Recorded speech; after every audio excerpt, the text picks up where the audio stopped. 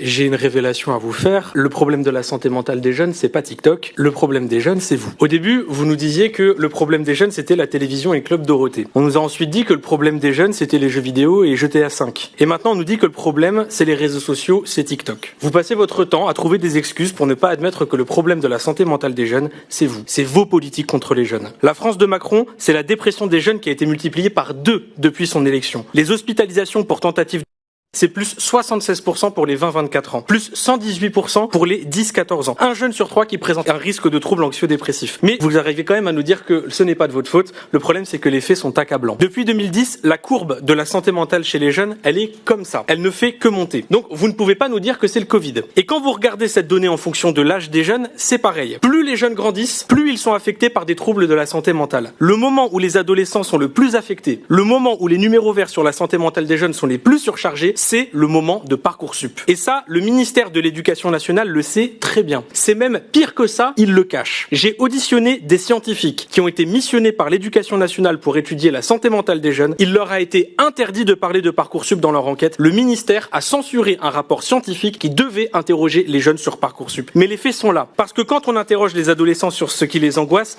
ils disent ça. Notes, avenir, cours, études. Et vous voyez, il y a même Parcoursup qui est marqué juste ici. Quand on interroge les jeunes, je ne vois pas marqué TikTok. Je vois marqué bilan des politiques d'Emmanuel Macron et de Gabriel Attal. Parce que quand on est lycéen à 40 dans une classe, où les professeurs absents ne sont pas remplacés, et quand on sait que c'est un algorithme qui va définir le reste de notre vie sur la base du contrôle de la veille, oui, ça affecte la santé mentale. Quand on est étudiant, qu'on travaille à côté de ses études, qu'on a 100 € de bourse, qu'elle est même pas indexée sur l'inflation, qu'on a un budget de 700 € par mois pour vivre dans des villes où le loyer est à plus de 1000 € pour un studio, qu'on doit faire une croix sur les activités culturelles, qu'on voit pas ses amis parce qu'on a à peine de quoi s'acheter à manger, bien sûr que ça affecte la santé mentale et ça concerne des millions d'étudiants, c'est un phénomène de masse. Quand on est un étudiant qui doit trouver un stage dans un pays avec 20% de chômage des jeunes et qu'on peut pas avoir de diplôme si on trouve pas son alternance, ça rend fou. Et en plus, c'est pas vos gosses qu'on envoie en alternance. Ils ont pas papa et maman pour faire marcher le réseau. C'est encore plus dur d'être recruté quand on est noir ou arabe.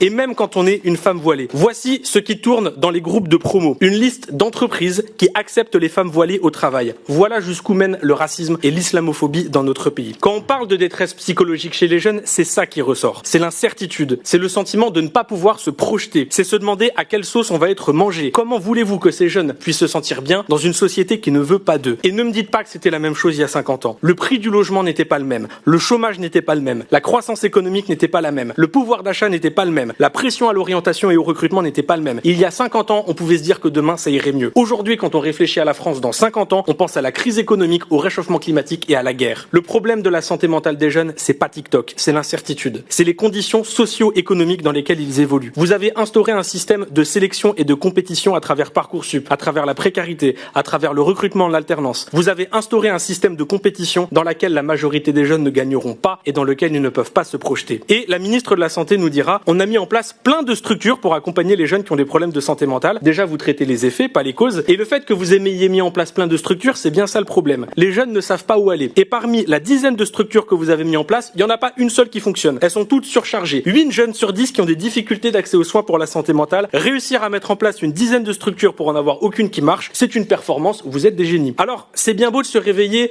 un an avant l'élection présidentielle pour faire des TikTok et de la récupération politique sur la santé mentale des jeunes quand on est soi-même le problème. Et je parle notamment de Gabriel Attal. Bonjour. Il a été ministre de la Jeunesse, ministre de l'Éducation, Premier ministre. Je l'ai invité à ce débat, il n'a même pas pris la peine de venir. Je veux que vous compreniez que c'est vous qui aggravez les inégalités sociales. C'est vous qui avez instauré une concurrence malsaine et déloyale dans la jeunesse pour faire croire à un ascenseur social qui n'existe pas. Et c'est vous qui avez laissé mourir nos services publics de santé face à une demande toujours grandissante. Alors, mes chers collègues, si j'avais une conclusion à donner à ce rapport, c'est arrêter de dire que c'est de la faute de TikTok. C'est un amplificateur. Les responsables de la dégradation de la santé mentale, c'est avant tout vous et vos politiques contre les jeunes.